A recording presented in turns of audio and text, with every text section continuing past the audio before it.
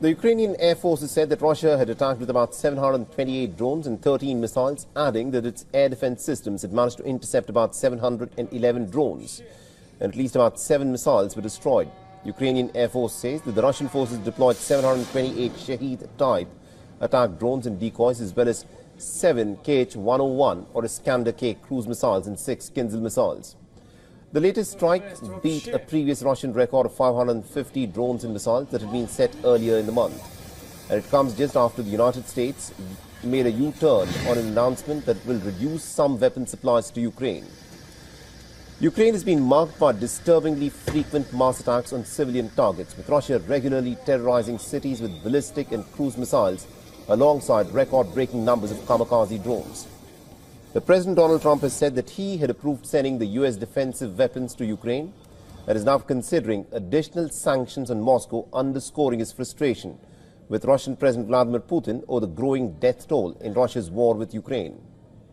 Now, Trump, who pledged as a presidential candidate to end the war within a day, has not been able to follow through on that promise. And efforts by his administration to try and broker peace have come up short. And we earlier spoke with Mr. Volodymyr Omelyan, who's a former major of the armed forces of Ukraine and also a former Minister of Infrastructure of Ukraine between the years 2016 and 2019. Listen in to what he had to say. It's war, so we shall all understand that it's all real, and unfortunately it's happening at a large scale in the center of Europe. But our armed forces are getting stronger and stronger. First of all, we rely on your own resources, but very grateful to all our allies. Not only those who send us weapons or financial support, but also those who block Russia from illegal money to feed Russian army. Because Putin can be easily stopped even with sanctions or ban on Russian oil and gas. Without money, Russians will not be able to fight and to send those drones in particular. And joining us on the broadcast from Kiev is Volodymyr Omelyan. He's former Major of Armed Forces of Ukraine and also a politician. He's also been former Minister of Infrastructure of Ukraine between 2016 and 2019. Mr. Omelyan, appreciate you joining us on the broadcast. Now, Ukraine says that Russia launched its largest missile and drone attack since the start of its full-scale invasion of Ukraine. In fact, fires were reported in the western city of Lutsk. Your assessment first up of the damage on the ground. Thank you for having me. It's a great honor to be with you and your channel. Concerning this attack, unfortunately, they come on regular basis to Ukraine.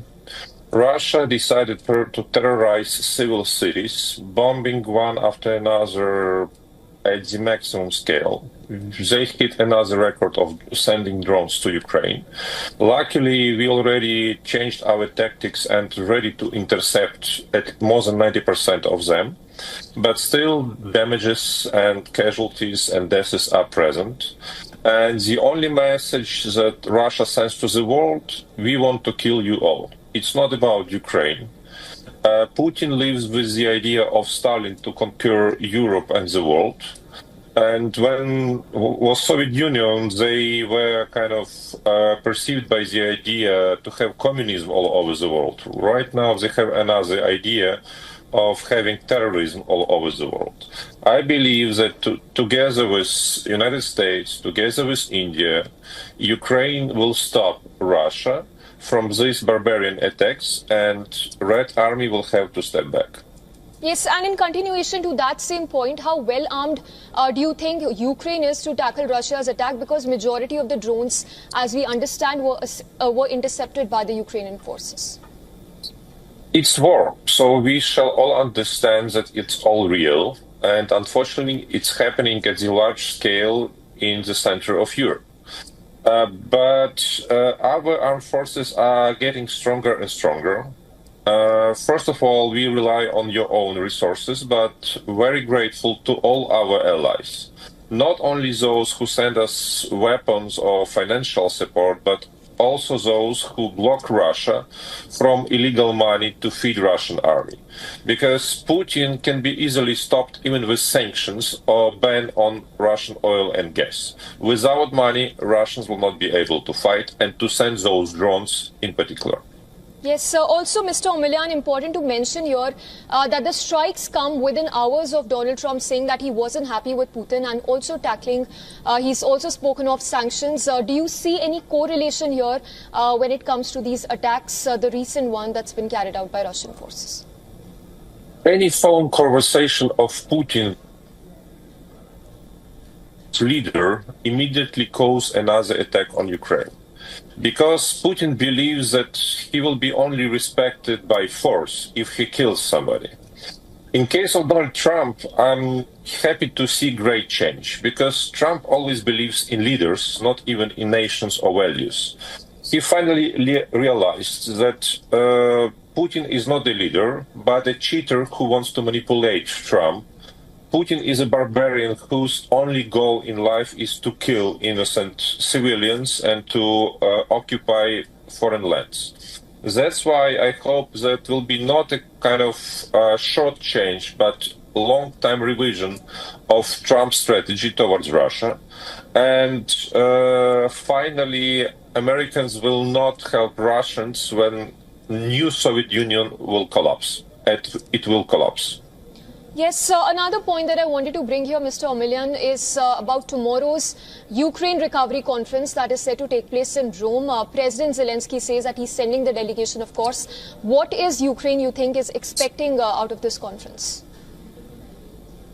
We hope to establish direct links and preliminary contracts with all business interested in Ukraine. For example, I'm talking also to a number of very respectful Indian companies who see great potential in Ukraine's economy, in defense, because I believe India badly needs new Ukrainian knowledge and skills in drones, many types of them.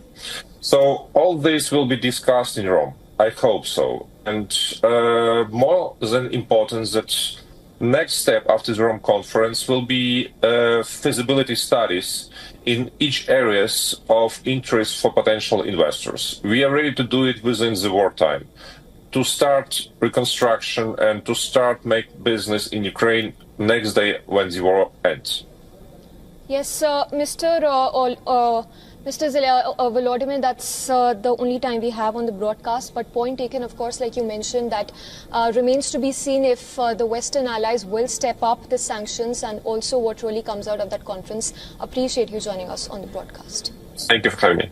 Well, our top story at this hour is from Russia-Ukraine war. It is becoming more dangerous and more deadly. Russia pummeled Ukraine with its largest missile and drone attack in more than 3 years of the war. Moscow claims to have targeted an airfield in a region bordering EU and NATO member Poland. With area attacks intensifying, the question is, have we entered a new phase of the war?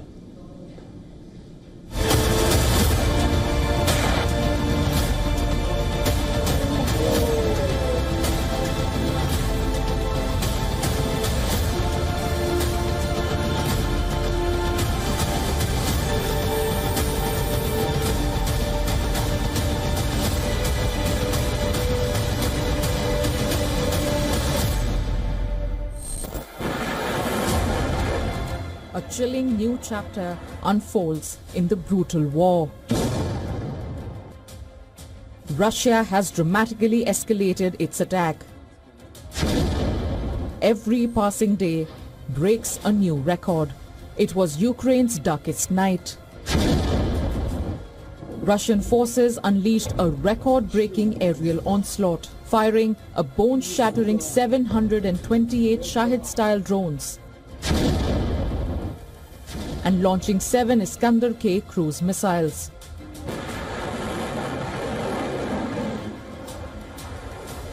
Russia also fired 6 hypersonic Kinzhal missiles.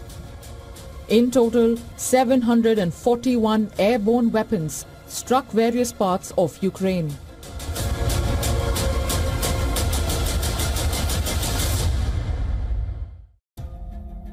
The hardest hit was Ukraine's western region. Drones and missiles struck the western cities of Lutsk, Lviv, Khmelnytsky and Ternopil. Ukrainian military claims that most of the projectiles were struck down. The consequences are dire. Ukrainian officials warn that the new wave of Russian drones and missiles are destroying weapons hubs, supply lines and military bases with pinpoint accuracy. Civilian casualties are mounting as drones target energy grids and residential areas, plunging cities into darkness and chaos. The psychological toll is immense. No corner of Ukraine feels safe as the buzz of drones and missiles becomes a constant terror overhead. This surge in drone warfare is forcing Ukraine and its allies to rethink their entire defensive playbook. Western leaders, including US President Donald Trump, have pledged to send more weapons to Kyiv. But the question remains, can they keep pace with Russia's relentless drone factories? As the skies over Ukraine grow deadlier by the day, one thing is clear. This is a new era of warfare, and Ukraine is fighting for its very survival against an enemy that never sleeps. Bureau Report, WION, World is One.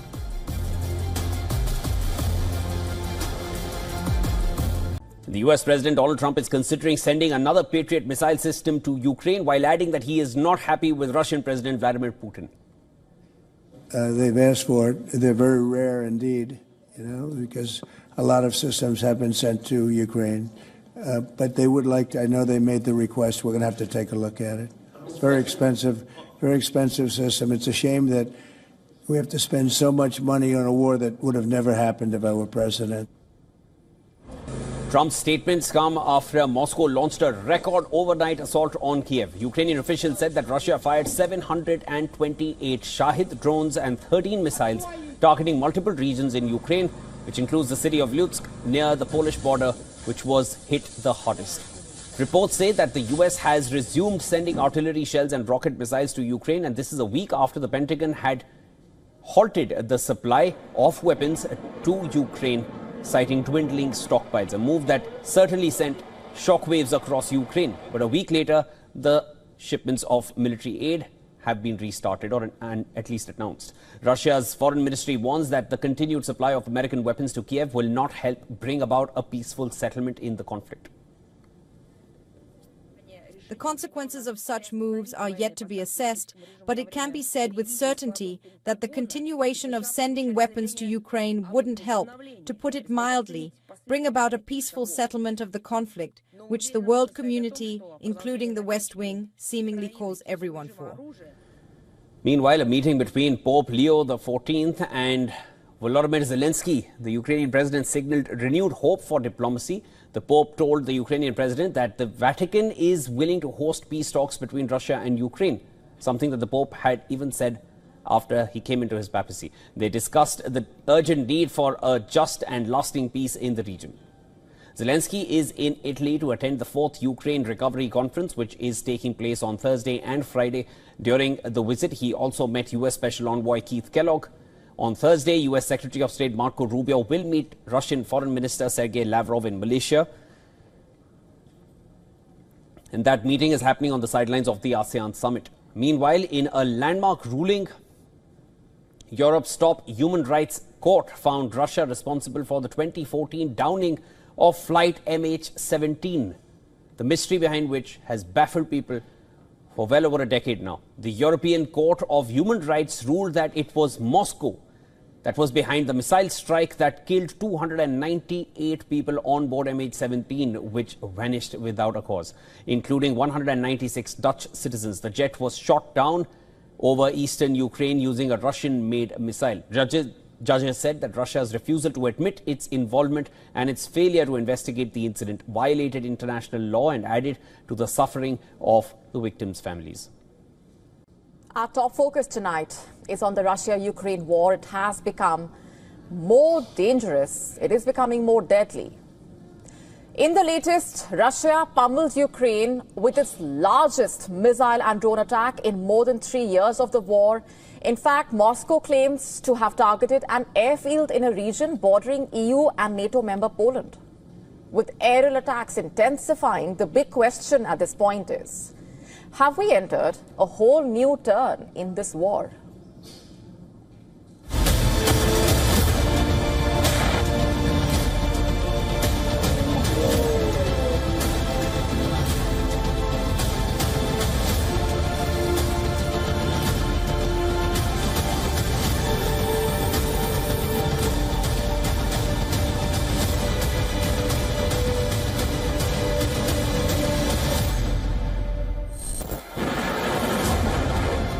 A chilling new chapter unfolds in the brutal war. Russia has dramatically escalated its attack.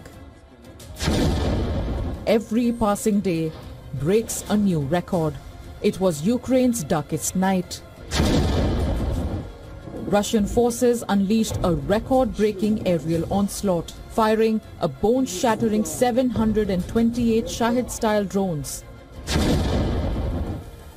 and launching 7 Iskander-K cruise missiles.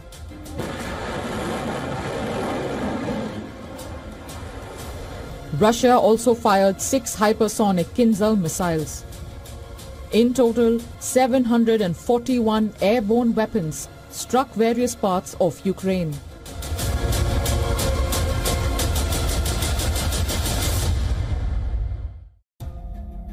The hardest hit was Ukraine's western region. Drones and missiles struck the western cities of Lutsk, Lviv, Khmelnytsky and Ternopil. Ukrainian military claims that most of the projectiles were struck down. The consequences are dire. Ukrainian officials warn that the new wave of Russian drones and missiles are destroying weapons hubs, supply lines and military bases with pinpoint accuracy. Civilian casualties are mounting as drones target energy grids and residential areas, plunging cities into darkness and chaos. The psychological toll is immense. No corner of Ukraine feels safe as the buzz of drones and missiles becomes a constant terror overhead. This surge in drone warfare is forcing Ukraine and its allies to rethink their entire defensive playbook. Western leaders, including US President Donald Trump, have pledged to send more weapons to Kyiv. But the question remains, can they keep pace with Russia's relentless drone factories? As the skies over Ukraine grow deadlier by the day, one thing is clear. This is a new era of warfare, and Ukraine is fighting for its very survival against an enemy that never sleeps. Bureau Report, WION, World is One.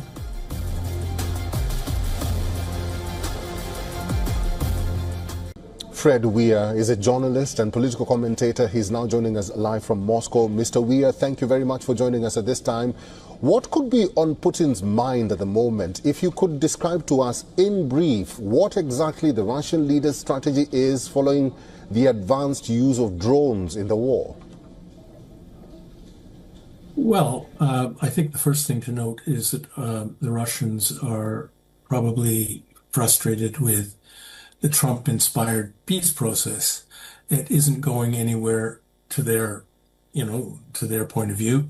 And therefore, I think they have decided that a military solution, or at least in the short run, ramped up military pressure is the way for them to go. Another thing you probably need to note here is that the size of these attacks indicates that the Russian war economy is still building up. despite all the claims to the contrary that it's on its last legs, it's failing, and so on. The amount of production of ordnance, such as the Shahed drones, has gone through the roof, even compared to last year. Russia is only now starting to get a full-scale war economy going, and that indicates that they can keep this up and even increase this pressure for some time to come. Mr. Weir, what can you read from recent Trump's tirade against Putin, even saying that the Russian president is full of or talks a lot of bull? What could have gone wrong? And could their broken camaraderie be the reason why Trump decided to arm Ukraine?